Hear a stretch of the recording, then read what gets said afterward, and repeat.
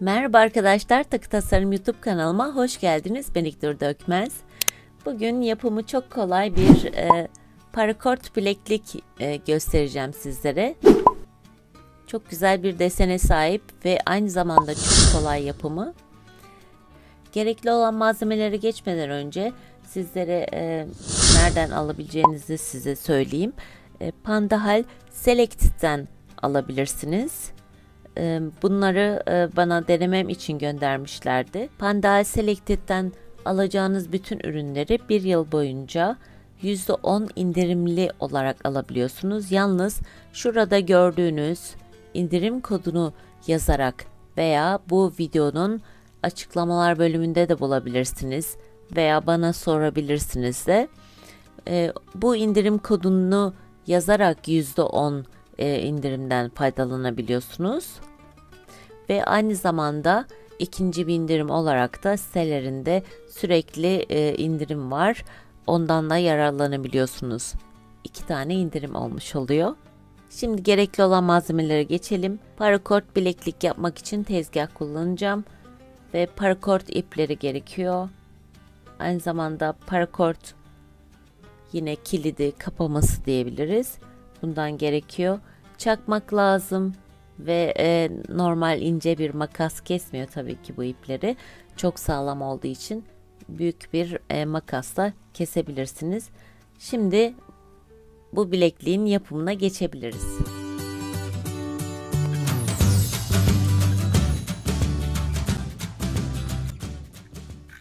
Bugün sizlere bir ip ölçümü vermeyeceğim. Çünkü hangi bileklik boyuna göre, yani eline göre yaparsanız ip de ona göre gidiyor. Çok fazla ip gitmiyor, bunu söyleyeyim yani. Şimdi 2 tane ip kullanacağım ve ortaladım bunları. Şöyle ortalıyoruz. Böyle ortaladık. İlk önce siyahı ayırayım. Zemin olarak bu rengi kullanacağım.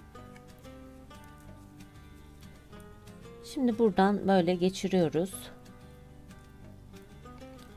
Geçirdikten sonra böyle uzatıyorum. Ve buradan geçiriyorum ve sıkılıyorum. Bu şekilde.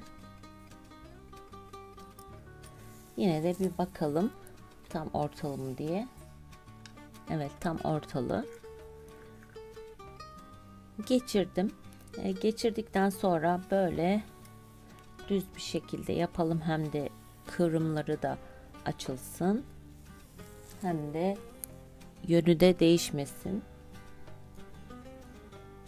Böyle buradan girdiriyorum ipleri.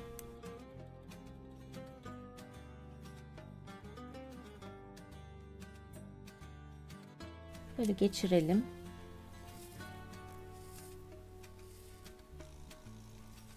Bir bakalım eğrilik var mı diye.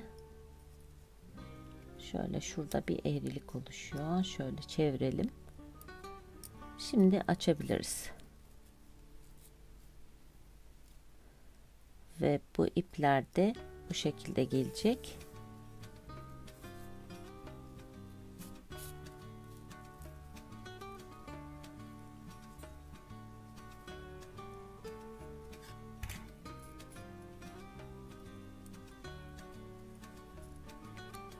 Böyle ayarladıktan sonra açalım. Tezgahımıza yerleştirelim.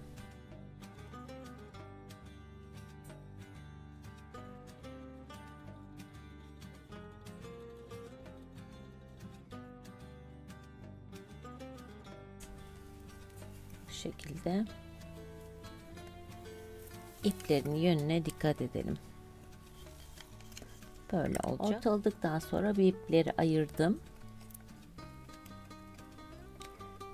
Sonra ortaladığım ipi böyle koyuyorum üzerine ve burada sağ ipi üzerine getiriyorum.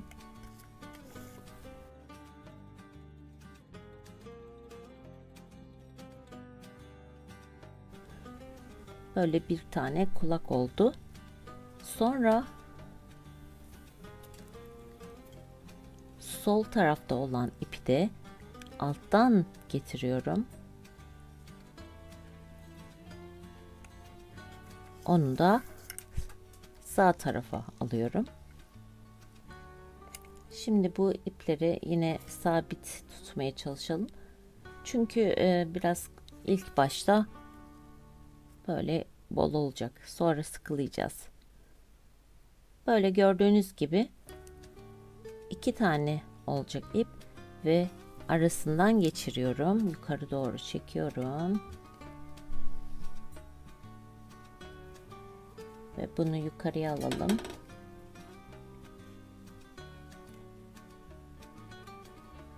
Aynı zamanda sol taraftaki ipi de aynı yapacağız. Ve aradan ortadan geçiriyorum. Yukarıya alıyorum.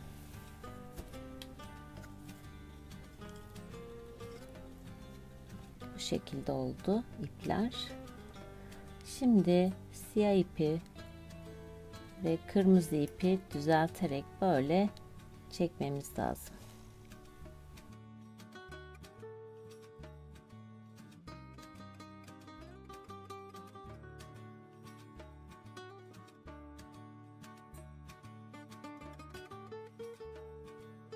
Bu şekilde. İşlemimiz çok kolay, siz de göreceksiniz. Yine sağ taraftaki ipi üst tarafa getiriyorum. Böyle kulak yapıyoruz. Sol taraftaki ipi de alttan getiriyorum. Orada da bir kulak yapacağız ve yönlerini de tabii ki solu sağ tarafa, sol tarafa atıyoruz ipleri. Bu şekilde tutuyoruz. Bu şekilde tutuyoruz ve yukarıdan getireceğiz ipi. Kırmızı ipi alttan çeviriyorum ve ortadan çıkartıyorum.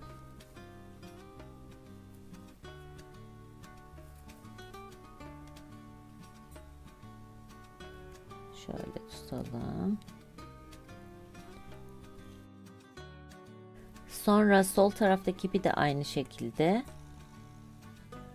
kırmızı ipi yukarıdan getirip aşağı indirip ortadan çıkartıyorum. Bu şekilde yerleştiriyorum.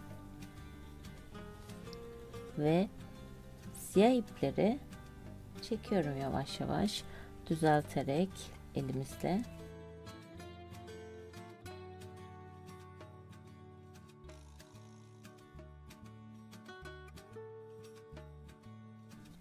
Şimdi tekrar sağdaki siyah ipi üstüne getiriyorum. Kulak yaptım. Soldaki ipi de hemen onun altına getiriyorum. Orada da bir kulak oluşacak. Bu şekilde sağda ve solda bir kulak oluşturdum.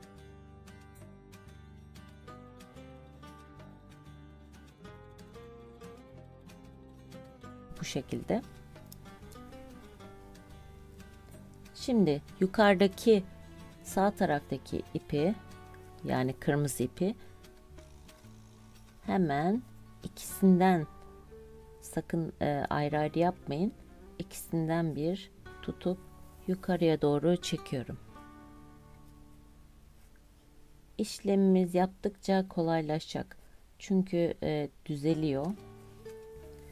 Sol taraftaki ipi de aynı yapıyorum.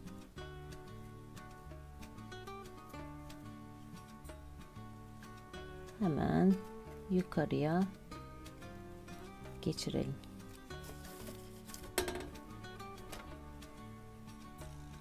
Bu şekilde.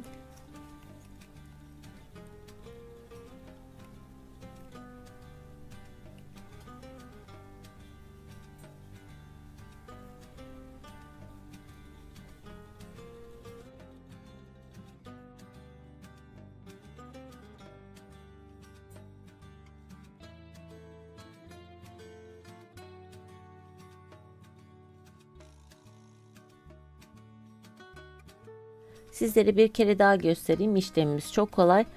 İsterseniz videoyu başa alıp tekrar izleyebilirsiniz. Ya da yavaş bir şekilde video oynatabilirsiniz. Sağdaki ipi yine üstüne getirdim. Soldaki ipi de alttan getirdim. Bu şekilde tutacağız. Sonra yukarıdaki kırmızı ipi hemen ortasından geçiriyorum. Bu şekilde.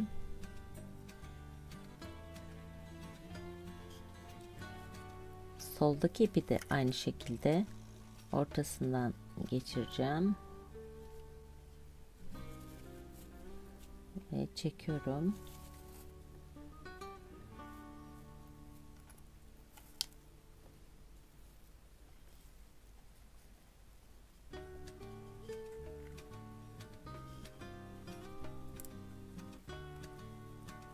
Şimdi ipleri de böyle düzelteceğiz.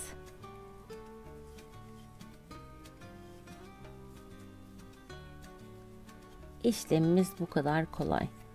Ben yapıyorum. Sizler de yapın bilek boyuna göre. En sonunu yine göstereceğim. Evet, ben sonuna kadar geldim. Gördüğünüz gibi yaptım. Sağ taraftaki siyah ipi üstüne getiriyorum. Kırmızı ipin, ortadaki kırmızı ipin. Yine sol taraftaki ipi alttan geçiriyorum. Kurdale gibi olacak. Şu şekilde ortadan tutuyorum. Sakın bunları ayırmayın. Böyle üstünden geçiriyorum. Şöyle doluyoruz yani. Bu şekilde. Ve sol tarafı da aynı şekilde yapıyorum. İpleri ayırmıyoruz. Buna dikkat edin. Ve dikkatlice böyle çekeceğiz. Düzeltiyoruz.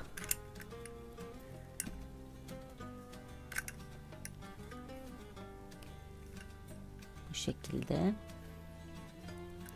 düzelterek bitiriyoruz. Ve çıkartalım. Bir eğrilik olursa düzeltelim. 4 metre kullanmıştım iki ipi de. Kırmızı ipten bu kadar kaldı. Zemin ipten. Siyah ipten de bu kadar kaldı. Herhalde siyahta 3 metre gidiyor. Ben hesaplamadım yani. Şöyle keselim. Kestikten sonra hemen yakıyoruz.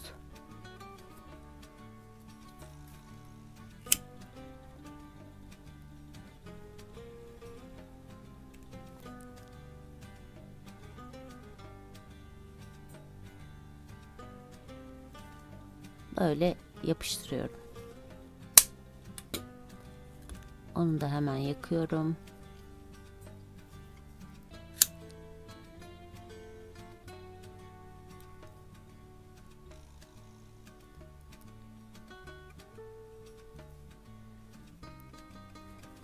Evet, yan tarafları görüyorsunuz, bu şekilde düz olacak. Arada eğrilikler olursa tabi düzelteceğiz. Bu parakort makrome bilekliğin gerçekten yapımı çok kolay. Herkes yapabilir. Yarım saatte kolaylıkla yapıp kolunuza takabilirsiniz veya hediye edebilirsiniz. Umarım sizler de beğenmişsinizdir. Ben çok beğendim.